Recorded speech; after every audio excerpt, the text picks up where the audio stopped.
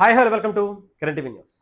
పవన్ కళ్యాణ్ గారు deputy CM అయిన తర్వాత అనేక శాఖలకు మంత్రిగా అయిన తర్వాత ఆ శాఖలకు వన్నె తెచ్చేటువంటి కార్యక్రమాలు ఎన్నెన్నో చేస్తున్నారు. ముఖ్యంగా పంచాయతీరాజ్ శాఖ గురించి మనం ఇప్పటివరకు చాలా సందర్భాల్లో చెప్పుకున్నాం. అంటే 23 నెలల్లో 19 నేషనల్ అవార్డులు, ఎన్నో అంటే వరల్డ్ రికార్డు కూడా వచ్చినటువంటి పరిస్థితి కనిపించింది.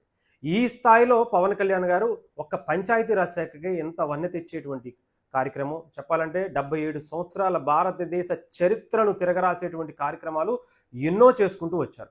ఇంకా మిగతా శాఖల మీద కూడా పవన్ కళ్యాణ్ గారు ప్రత్యేక శ్రద్ధ పెట్టారు. అందులో అటవీ శాఖ మంత్రిగా, అలాగే ఎన్విరాన్మెంట్కి సంబంధించినటువంటి మంత్రిగా కూడా పవన్ కళ్యాణ్ గారు రీసెంట్గా మనందరం కూడా చూస్తూనే ఉన్నాం. అటు గోదావరి ప్రాంతాలకు సంబంధించి అక్కడికి వెళ్ళి అక్కడ అధికారులకు ఎలా ముచ్చెమటలు పట్టించారో మనం చాలా క్లియర్గా చూసాం.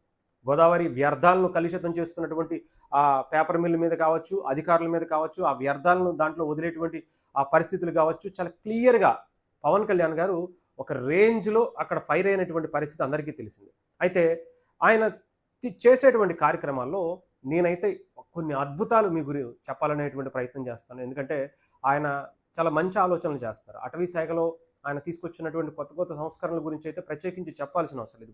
మీకు డ్రోన్స్తో సీడ్ బాల్స్ అట ఆలోచించండి. టెక్నాలజీని ఉపయోగించుకోవడంలో కూటమి ప్రభుత్వం ముందుంటుందనే తెలుసు మనకి.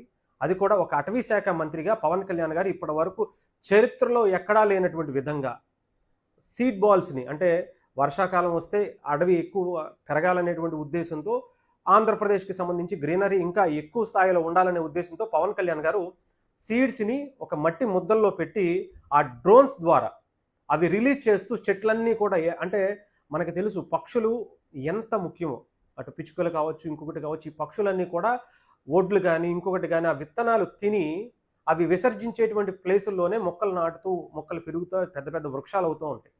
కానీ ఈసారి మనకి అవి తగ్గినటువంటి పరిస్థితి అందరికీ తెలిసిందే. ఆ ప్లేసుల్లో ఇప్పుడు మళ్ళీ ఎన్విరాన్మెంట్, ఇప్పుడు డ్రోన్స్ రూపంలో పవన్ కళ్యాణ్ గారు ఒక టెక్నాలజీని అందిపుచ్చుకుని డ్రోన్స్ ఆ పని చేసేటువంటి ప్రయత్నాన్ని పవన్ కళ్యాణ్ గారు ప్రవేశపెడుతున్నారు. ఇది భారతదేశ చరిత్రలోనే కాదు, ప్రపంచ చరిత్రలో ఇది ఒక సరికొత్త అధ్యాయంగా మనం చెప్పొచ్చు. అలా ఒక సీడ్స్కి సంబంధించినటువంటి ఆ బాల్స్ని అటు అడవితో పాటు అనేకమైనటువంటి ప్రాంతాల్లో కూడా ఈ సీడ్ బాల్స్ని రేపు వర్షాలు స్టార్ట్ అవ్వగానే అక్కడ వేసేటువంటి ప్రక్రియ పవన్ కళ్యాణ్ గారు స్టార్ట్ చేశారు. అలాగే ఇంకా కాలుష్యం గురించి ప్రత్యేకించి చెప్పాల్సిన అవసరం. ఇదైతే ఒక సంచలనమైనటువంటి నిర్ణయం అని చెప్పచ్చు.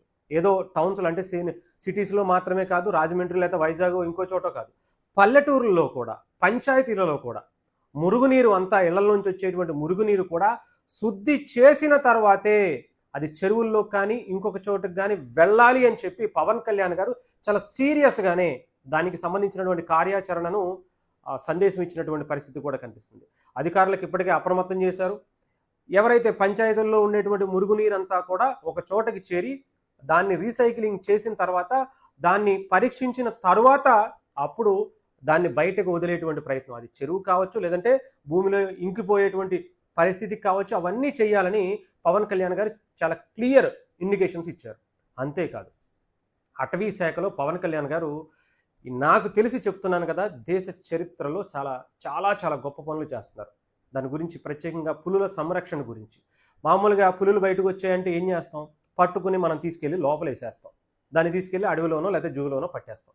బట్ పవన్ కళ్యాణ్ గారు ఏం చేస్తున్నారంటే, అసలు పులులు బయటకు ఎందుకు వస్తున్నాయి, ఆ మూలాలు అంటే లోపల వేర్ల నుంచి ఆ సమస్యను క్లియర్ చేసేందుకు పవన్ కళ్యాణ్ గారు ప్రయత్నిస్తున్నటువంటి పరిస్థితి.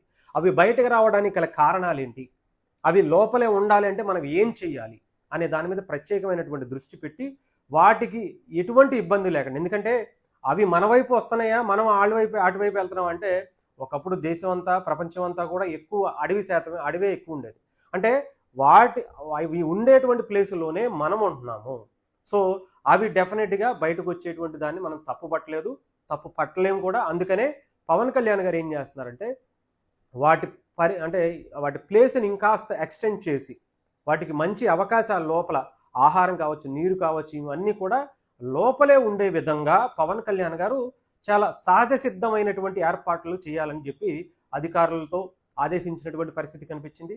ఇంకొక అద్భుతం ఏంటంటే, నార్మల్గా భారతదేశం అంతా కాదు, ప్రపంచం అంతా కూడా దొంగ వేటగాళ్ళు భయంకరంగా ఎక్కువైపోయారు. వీళ్ళు ఉచ్చులు ఏర్పాటు చేయడం అనేది చాలా ఎక్కువైపోయిందని చెప్పాలి. ఆ ఉచ్చుల్లో చాలా దారుణాలు. అసలు ఆ అడవి పందుల నుంచి కావచ్చు, జింకలు, లేదంటే దుప్పిలనో, ఇంకొకటనో, ఏనుగులు, లేదంటే చాలా వరకు ప్రాణాలు పోయాయి. కరెంటు షాకులు పెట్టడం, ఆ ఉచ్చులు ఏర్పాటు చేసి వాటిని చంపేసి తినేయటం, ఇష్టానుసారం చేసేటువంటి కార్యక్రమాలు చాలానే ఉన్నాయి.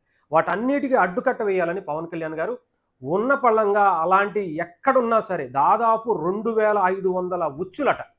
ఆంధ్రప్రదేశ్ రాష్ట్రంలో 2500 ఉచ్చులు ఉన్నాయట అలాంటివి. అవన్నీ కూడా వెంటనే రిమూవ్ చేయాలి. అలాంటి ఎవరైనా సరే, ఏ ఒక్కరైనా సరే అలాంటి పరిస్థితి చేసినటువంటి వ్యక్తులు ఎవరన్నా ఉంటే నాన్ బెయిలబుల్ అరెస్టుల కింద వాళ్ళని అరెస్ట్ చేసి లోపల వేసేయాలి అని చెప్పి పవన్ కళ్యాణ్ గారు జీవిత ఖైదీ చేయడానికి కూడా సిద్ధపడేటువంటి కార్యక్రమాలు చేస్తున్నారట. సో చాలా అద్భుతమైనటువంటి కార్యక్రమాలు పవన్ కళ్యాణ్ గారి సారథ్యంలో ఆంధ్రప్రదేశ్లో ఆయన శాఖల్లో చరిత్రలో చూడనటువంటి పనులు పవన్ కళ్యాణ్ గారు చేసుకుంటూ వస్తున్నారు.